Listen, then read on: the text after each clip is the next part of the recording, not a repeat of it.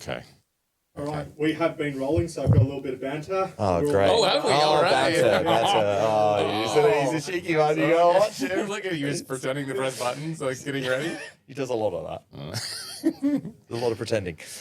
So welcome back to the podcast. Thank you. Your podcast. Thank you, Our Robert. podcast. Deciders podcast. Yeah, our Deciders Our collective podcast. Yes. podcast. We're a team. We all contribute. So let's talk about what we wanted to talk about. I don't know. I feel like we should just maybe have a warm up for a little Oh, bit. you want I'd to like warm to up? make some Oh, comments. okay. Yeah. Okay, cool. I think you and Pravesh behind the screen have done a really good job. So well done. Personally. Okay, thank you. You've done an excellent job waxing this fern. It's Thank very you. shiny. Yeah. Well done. Ravesh comes in every morning at 7 a.m. and gives that a shine. Gives it a shine. Yeah. It'd be nice to, it's a bit prison-like, this podcast studio. Look, it's like everything at The Decider. accoutrement would be appreciated. It's a work in progress, and there are things that we Progress means things change. Yeah, look, I mean, these leaves have changed position. Look, as I say, it's happening. Okay. It will continue to evolve, like everything. Okay. But thank you for the kind words. Immediately followed up with the here's things to improve. Yeah, it's called a sandwich. It's Compliment called a sandwich. sandwich. There it is. There it is. Well, and also, I was social networking this morning. Oh, do tell me more. Yes. On a particular platform or just generally? It's not to be named. The platforms. Yeah, you don't want to, this isn't platforms this isn't that a promotional push for them. No, nor do I want the audience to understand or know my social networking behaviors. But I was on it, and for some reason, Korean perm came up. Korean perm. Okay, and you're looking at me. I'm looking at you. Yeah. Because we talked about you getting your beard permed. Yes, we did. I mean, I think we gestured towards the subject. Well, I talked about it, and you tolerated it. And you tolerated it. That's familiar. But interestingly, as I've been using the word perm, which I've never used in my life, over the number of years I've been on this planet, the only time I've talked about it was with you. Okay. This week, it would be this week. We talked about it. Yeah, we did. You were you were zhuzhing a lot, which made me talk about it. But yes, so this social platform really confirmed that I think it is truly listening to what's being said in our surrounds. Does that fill you with a certain sense of wonder and joy, or does that fill you with terror and dread? I don't know. I think we kind of gave up on our privacy, however you want to pronounce it, kind of long ago. Yeah. So maybe I have in Quebecois French, it's like they say comme ci, comme ça, which means a little bit of this, a little bit of that. Sure. The Parisians all laugh at us when we say those things. But yeah, I'm kind of middling about it. So I don't really think about it. I think what's interesting is that people seem to have this theory that they are very much in control of their data, but we handed it over a long time ago. I mean, many years ago. Like all those little, those authority Google clicks that you go through and you go, yep, you can read that. Does anyone ever read what they're actually going to take?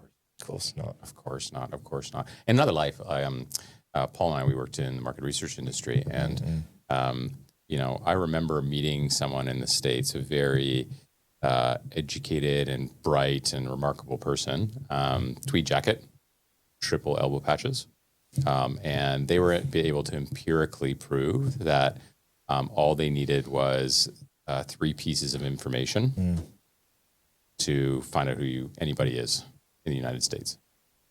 Right. So it actually, statistically, it doesn't actually, like this illusion of privacy, it doesn't really exist. Even if you have an element of even if you are aggressively trying to be private, you can still impute who you are pretty accurately. It's like down to a person at a house address. That's how accurate it was. So yes. I think I live in the, Joey Pantoliano in The Matrix, ignorance is bliss. Like if I find that if I get too far down the rabbit hole of that, I'm like, oh God, am I going to turn into one of those, doomsday preppers? I think that's where I go. Yeah, with a good perm. With a great beard and head perm. Although you probably can see this in the probably on one of the cameras, but I'm starting to thin out on this side, and it's actually terrifying because Character. I honestly thought that I was just going to have full head of hair until I, carked it, but it's actually worrying. So it's starting to get quite thin through here. The good news is, and I know you were waiting for the good news, is that I know that I don't look too bad with a shaved head because that's how I used to have my hair for about There you go. 25 years. Yeah. So I'm going to be okay. You're handsome. Thanks, You have personality DCB. as well. You have humor. Well, You're what's called a full package. thank you, DCB. That's a kind. As Samuel L. Jackson says in Pulp Fiction, personality goes a long way. Now, speaking of personality, you have an ulterior motive for being in the studio today. Tell me all about it. Well, I think I do every morning. I get up, I read the front page of New York Times, Wall Street Journal, MIT Review, and Breitbart. Okay. Just What time are you double- getting up to review all these? Pretty early. Pretty early. Before the sun comes up with the farmers. And I like it because it kind of sets my world for what's happened over the last 24 hours. And I lived in the States a few years ago, so all my subscriptions are US based. So I kind of have a slightly biased. It's kind of the US publications of these news sources.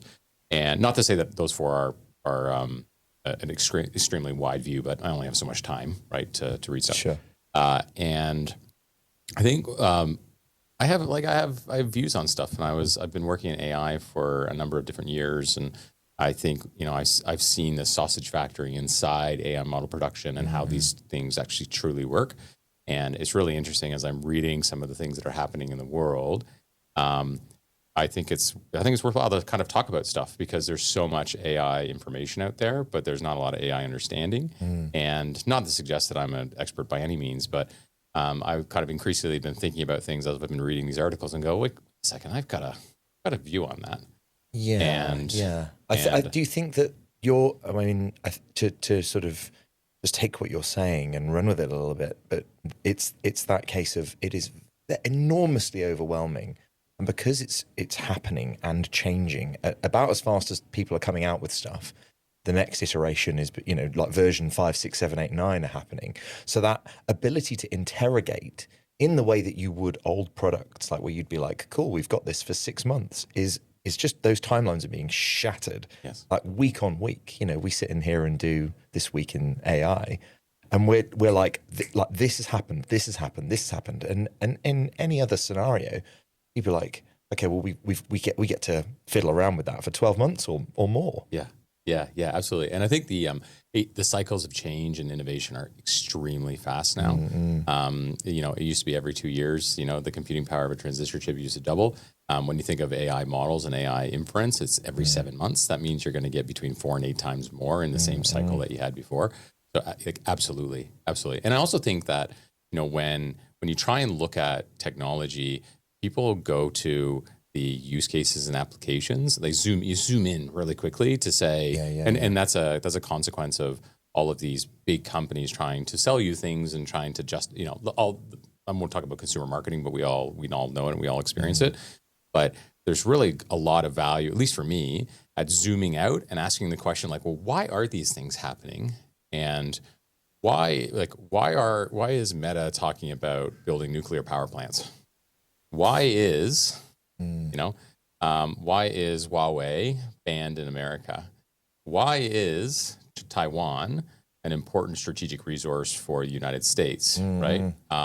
Why, all these kind of really interesting geopolitical things that are happening with technological shifts, population changes, all these things. And like increasingly as the world becomes more sophisticated and more globalized and more close, that all these things are being pushed together. And we're kind of like, when I go back to my mornings and when I'm starting to read these articles, it's quite interesting. You can start to see like patterns in what's happening. And again, going back to, specifically around artificial intelligence, is when you're sitting at the frontier and you're building these things and you kind of, I won't presume that I know everything very deeply, but I know enough to understand. That's probably a good way to put it. Is that you go, that's what's that's what's happening here, and I think it's worthwhile like talking about those things because it can help, of the people of the dozens, single-digit people who watch this podcast, excluding Decider staff. Shout out to my mum. My mom watches it well. She loves it. Whenever I needed like a pump up, I send something to my mom, and she's like, "David, you are so brilliant." I'm like, "Oh yeah, thanks, mom." Mum's just got it on autoplay in the background. I know. Actually, I don't know if she's actually watching it. Oh, talk about a technological revolution. My mom yesterday sent me a note that she put into her iPad via the Notes app via iCloud And shared it. I literally fell off my chair, and it was about AI. She'd watched, See, a that's CNN awesome. thing, and she sent it across. So we are definitely living in the future, 100%. The DCB family are rocketing. Oh man, The education has. we are in the Matrix. My mom is definitely in the Matrix. Your mum is Neo. Exactly. Let's just let me just bring us back to what we were talking about. In terms of, you mentioned patterns and things that you're noticing. Talk to me about that. Like, what are you seeing? What are you noticing? What are the things that you're like, okay, this is significant. This is interesting. Yeah. Okay. Well, I'll give you a few data points and interrupt if I'm waffling on a little bit. But there's a couple things that are happening. One is that you have a hyper concentration of wealth. So the 1% in America owned 30% of the assets, I believe, right? That is growing. So the concentration, there's never been more billionaires in the world. There's never been more millionaires in the world. And however, the middle class in America is shrinking and going away, and it's being increasingly polarized to very, very few who own very, very, very, very much. That's one thing. The second thing is you have, with the concentration of wealth, you have concentration of wealth and within companies. So you're looking at public markets. We have the first $1 trillion companies. You have enormous hyperscale and hyper growth in enterprise value for companies, right? And that enterprise value, if you look at the major stock exchanges, is like there's an extreme kind of movement and polarization towards market cap or enterprise value with technology companies principally in there. You also have political changes in America, as well as many elections happening all over the world simultaneously. And then you have artificial intelligence as a major kind of generational, or the fifth industrial revolution that's starting to happen in the world. And you have enormous kind of, because of the polarization and because of the concentration, you have enormous sums of money moving into these this new technology. And one of the things that kind of seeded this podcast where you and I got together was, Trump was in Saudi Arabia. I think it was last week, maybe the week before last week. And that's not an uncommon thing for a U.S. sitting president to go over to the Middle East as a strategic partner. There's oil dependency. There's arms relationships. Arms sale that happened with the Middle East, and it's a big buyer of U.S. military. The outputs of the military apparatus. But what was really interesting was typically what ends up happening is you've got lots of defense people, and you have lots of oil executives that typically go with the president. But if you look at the attendees or the accoutrement with the president, it was all tech bros. It was all tech titans and the tech barons, right, that were there. And it was really interesting because it got me thinking about the different waves of investment and that are happening in artificial intelligence. And again, I said this earlier, but why is Meta talking about nuclear power plants? Well, there's a reason, and there are three waves of investment that are underway at different stages in the artificial intelligence sphere. So the first wave, which started way back with Google Translate, right? So there's a wave before the large language model wave, which I'll talk about now, and that was the translation wave that led to the large language model, or LLM wave. And that really started to peak during COVID, as you had this perfect storm of the maturation of the translation marketplace, and it's kind of saturation. So most of the languages in the world were now being able to be translated. You had GPU hardware advances. So these GPUs became much more powerful, and because they became much more powerful, you could jam more into them. And then you had COVID on top of that, where people went from home, and you had things like transcription in Zoom meetings, and you had all this kind of new digital language creation that people were happening. So That's a large language model wave. And you saw a tremendous amount of investment into these proprietary or closed source models. You have Anthropic that has Claude, you have OpenAI, which has ChatGPT, you have, and then open source models like Meta has Llama, et cetera, et cetera. There's 180 or so models. And so that wave is maturing, right? And now the investment is made. So the first question is like, well, why do companies make that investment, right? Well, it all comes down to another wave, which happened a few years prior, which was essentially the cloud wave, right? Which was taking on-premise server infrastructure and moving that into cloud. And that happened, in the 2010s, right, through 2020. And that had reached saturation. So when you look at, for example, Amazon's average revenue from AWS, like that grows principally every single year, and it looks like it's an amazing business. But when you look at its growth profile, the growth has started to stall in 2021 and was restarted in November of 2022, which is when OpenAI came out. Yeah, okay.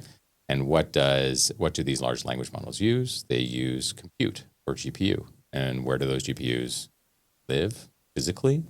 In cloud providers.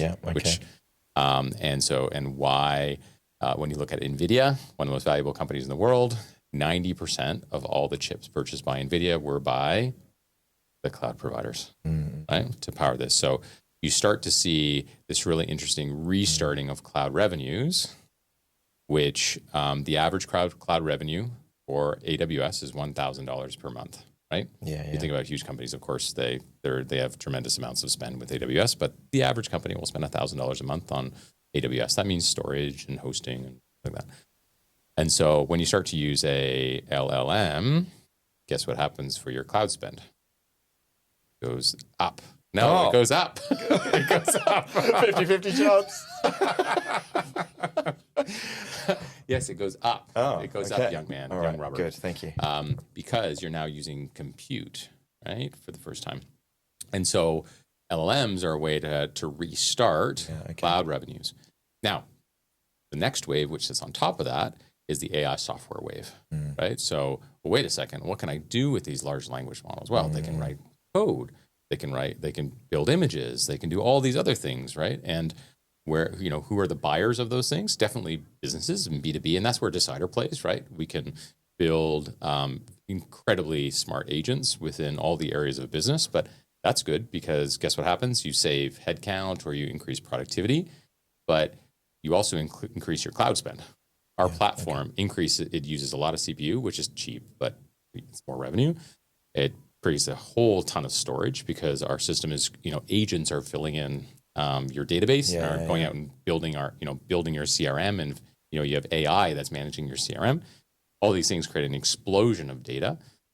It uses some compute and other software related to cloud environments. So Decider will take that $1,000 and move it to $2,000, $3,000, but you're, as a business, you're happy because you're either being incredibly more productive or you're saving on headcount, right? And when you have an average in Australia, the average wage is $100,000. What's an extra $12,000 a year? God, we need to have a discussion. We'll see how this podcast goes. And see how this plant waxing goes. I've already made one faux pas on this podcast, so we'll see how we go. There's time to redeem yourself. Yeah, perfect. Remember, you're in debt to me as well. That is true. I am in debt to you. We'll discuss that at the end. Okay. But just getting back to it, so I am waffling on, but you have the AI software wave. Now, the AI software wave will increase cloud revenues by 10 times. Right. So think about the enterprise value for Amazon and GCP and Azure. If your average goes from $1,000 to $10,000, right? That's a huge, that's an incredible, that's hundreds of billions of dollars, right? Now, so that's exciting, but you're going to need a lot more power to be able to do those things as AI becomes pervasive in our lives, right? It's appearing all over the place, but AI takes compute. Yeah, so right? herein lies the rub, as they say, and Herein brings lies it the back rub. to what how we started. Yes, Very interesting. And then the newest wave that's starting is is essentially the AI robotics wave, and that's going to come very quickly. Like Kim Kardashian has a humanoid robot. When the Kardashians have a robot, that means it's coming soon. Yeah. Right? Oh, for sure. So, and AI robotics will consume 100 times more, or increase cloud revenues by 100 times on top of the 10 times. Yeah. Right. Okay. So that's an incredible expansion in cloud revenues. And why is that? Well, everyone's seen like the Roomba, right? So that's got LiDAR and some computer vision. Yeah. And just like for you in the audience, if you don't know, so there's large language models, there is large vision models, LVMs, and then there's LGMs, which is large geospatial models. And so when you think about a robot, right, a humanoid robot, it needs to operate in the world, right? It needs to be able to interface with the world. So it needs to be able to talk, hear, and process. It needs to see what's in the world and read, which then goes back to the large language models. And it needs to know where it is, right? And all of those things take an incredible amount of compute. Let's just call it compute. All of those things I mentioned before. And imagine like just one robot thinking about operating in the world. We don't think about it a lot. We're humans, but we are an amazing machine. And imagine having humanoid robots and self-driving cars and all those things. They use compute, right? So you have this incredible geopolitical shift happening and investment shift happening. And that's why things like nuclear power plants are literally on the agenda. Because you have to, like the actual, I don't know off the top of my head, but the energy consumption that's gonna happen, because a humanoid robot is like, think about it, it's like it's kind of matrixy, but we consume elements into our bodies to fuel ourselves. Well, like if you literally create a humanoid robot, like it needs to eat and it needs to have energy, right? So that's a big consumption. Friday afternoon, dance party started again. Yeah, good. Well done. That's good. Thanks. And so that's I guess that's what you kind of started to think about, and it's like, well, why are there a whole bunch of tech bros in Saudi Arabia? And as I was jokingly saying, the title of this thing, I won't say the title that I said, because it's embarrassing when you said it out loud. But what's another way to spell artificial intelligence? It's OILMONEY, oil money, because these tech barons are going there because it is an extremely cash-rich country. It has far less regulations than other sovereign nations. It has an appetite for wanting to transform its view on the world. I mean, I think I've had the privilege of working in Saudi Arabia. I didn't live there, but I did a lot of work in the MENA region, and the Middle East. And it's an amazing culture. They want to really take advantage of this amazing opportunity that the world has gifted their culture and their countries. And they're invested in longevity and in AI, and they want to be the leaders of the world. And which I think and I admire, and I think it's very cool. And they have the deep pockets to be able to do that. But when you think about building nuclear power plants, and you think about this like the enormous infrastructure that needs to be created, really, there's only a few countries in the world that can actually, like sovereign countries, that can afford the levels of investment. And that's why Sam Altman, constantly, whenever you see an interview, he's actually being interviewed by in Dubai, or he's calling in, or Elon Musk was just on it yesterday. He was calling into a Saudi conference because that's their spruiking, for ultimately for investment into their ideas. So those are all the things. I mean, there's other stuff I mentioned earlier that are kind of interplaying at the moment, but I think it's really interesting that when you start to look at and you zoom out and you look at all of those things, and maybe on another day we could talk about sovereign countries and AI haves and AI have-nots, and climate change, and how that's going to affect immigration, and the intersection between artificial intelligence and productivity and immigration, and all kinds of really interesting stuff. But it's going to have this like amazing, and it depends on what word you want to use, like amazing, remarkable, terrifying, transformational. Use your power word. Impact. I think for people who are feeling those adjectives, what is the, if we think about where we're at with it now, like how much traction is this gaining? Like, just because the Cali tech bros are over there, does that mean to say? I mean, you'd be closer to this than I would be, but how much do we feel their influence is being felt already, if at all? I think like as it pertains to, let's just call it agentic AI. So we're in the world of like early artificial intelligence. I don't think we're feeling it yet, to be completely honest. I like to use the metaphor, like the metaphor or the analogy. Metaphor. Let's see, it's Friday afternoon. Let's see. Is, when electricity was invented, the first things that people started to use it for was to make a light bulb, right? And that's like the world marveled at that. We measure light in lumens, which is, how many the equivalent candles, just like as we do an engine is horsepower, right? So it goes back to the first principles of the technology. But when you think about the 20th century, the device that had one of the largest impacts on the socio-economic output of the United States, as an example, which was one of the first countries in the world to embrace electricity, it was the humble washing machine. Right? It used to take an entire day to wash your clothes. And what the washing machine did was gave a day back to half the population. It brought women into the workforce. It changed cleanliness, like a whole bunch of different things. We're not going to talk about the washing machine. But the point is... easily my favorite appliance. You mean to say you don't have a favorite appliance? Yeah, I haven't really thought about that. You should get one. Okay. I've thrown you. You've really thrown me. The I have so many questions about what you do with your time. But the humble washing machine, let's go back to the invention of the light bulb. Everyone was focused on brighter candles. And no one could have, at that time, they weren't thinking about the washing machine and cleaning clothes, right? Yeah. All they were doing, and all what we're doing with artificial intelligence now, is all we're thinking about is, let's make like smarter AI. And just like a light bulb, the first thing they did was they had a light bulb and they put it in a room. And they're like, I'll just put it in another room. Where can I put light bulbs? See, I like that you have the confidence that we're thinking about making smarter AI, whereas Profession I are all we're doing is, how can we turn this funny little drawing into a hyper-realistic photo? That's where we're at. Okay. Yeah. Okay, fair enough. The comedic value of AI is very much being realized at the moment. It is. In our merch as well, which I'm very much looking forward to. Yeah. Some of those t-shirt designs, we're going to have drops soon. So excellent. Get signed up to the Decider newsletter for that. I can tell you the merch is like, it is vibe approved. It is very good. It is very good. But so if I use that analogy, like what we're doing with AI is we're literally like screwing light bulbs in different rooms. That's all we're doing. Right?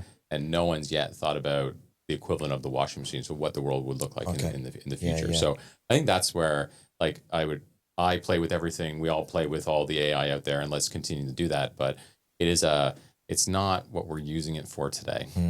We're literally screwing light bulbs into rooms and going, oh, this is what I'm going to put AI into my accounting function. Like, great. But what should AI be doing? Yeah. Right. So, again, long-winded answer to your question, but I think we really have to start challenging ourselves to think, what should we be using these things with, and to be constantly trying it in our businesses and our lives, because it will just it will change our lives. So what the opportunities are is to try and figure out how. I mean, I'm joking, but if that is a blocker, even within our own walls, right? Yeah. I say a blocker. It's just the nature of how we're learning how to use AI, and we're on a sort of inside track with AI. Yep. How difficult is it, if we bring it back to Decider, how difficult is it having those conversations with partners, clients that we want to work with? Are they as how advanced is their thinking, I guess, is the question. And is it difficult to sort of get them to change the way in which they think about it in a bit more of a not a 4D but a 3D model? Yeah. I am thinking about, I think it's a hard task I'm talking about now. Like, think about something that has never existed before and has never been constructed in a new technology that you've never used. It's like if you appeared on the, people who have been riding horses and, talk about a plane.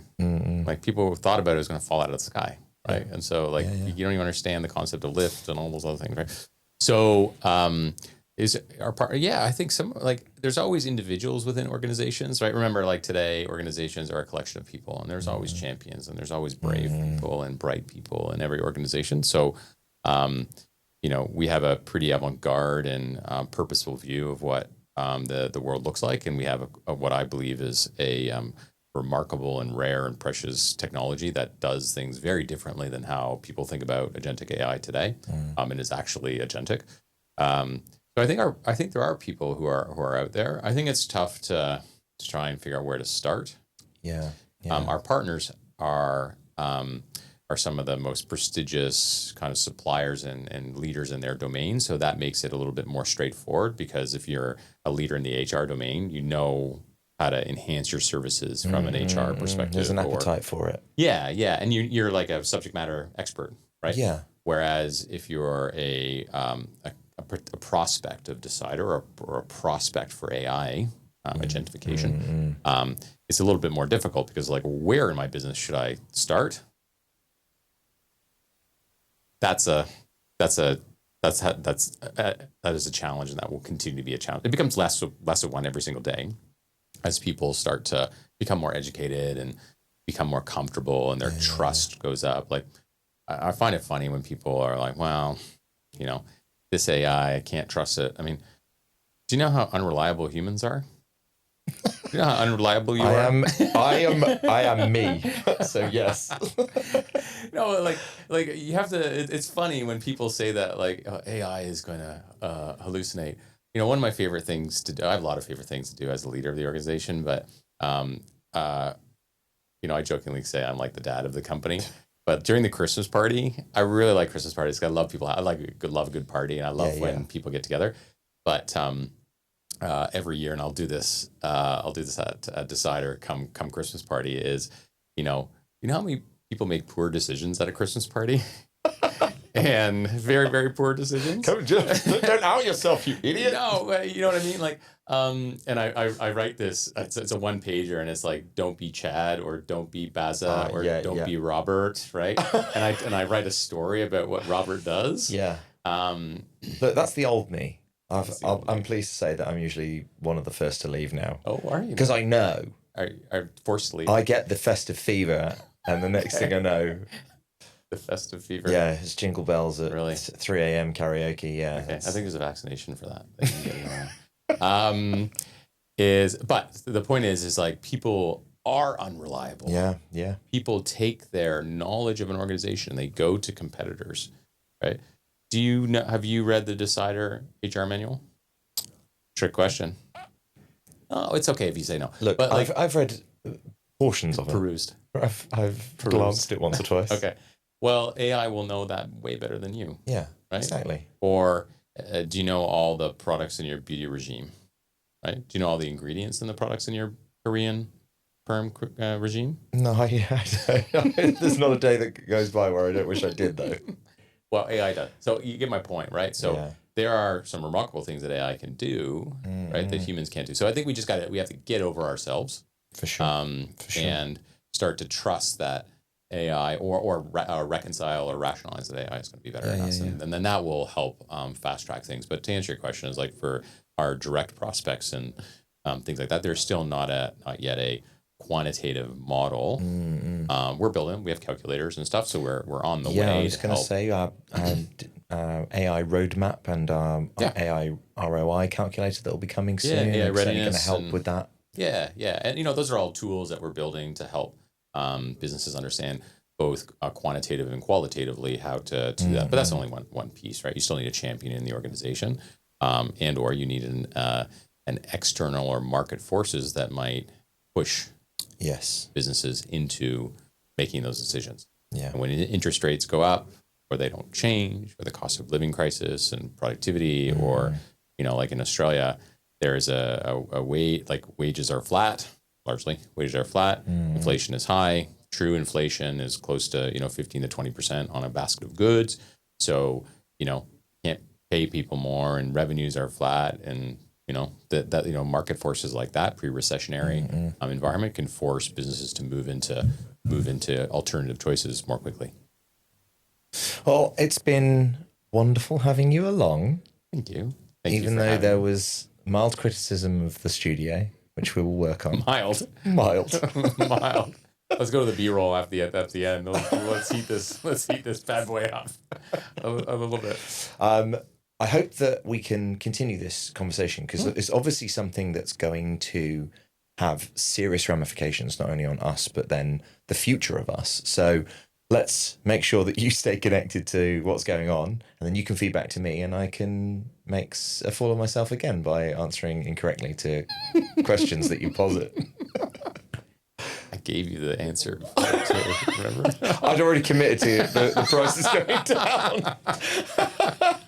Oh dear. Well, no, thank you for having me. Hi. Thank you, Pravesh. It's good to have both lights on this time. Well done. Charge those batteries. And but no, thank you for having me. I hope it's good to get it out, right, and talk about it. Absolutely. Because it helps. Honestly, like it helps me as we're talking to customers or when I go up and talk about AI to get this stuff out and to just verbalize it. So thank you for having me. All right. Well, we'll see you again soon. Rock and roll. And happy birthday, Pravesh. Happy birthday, Pravesh.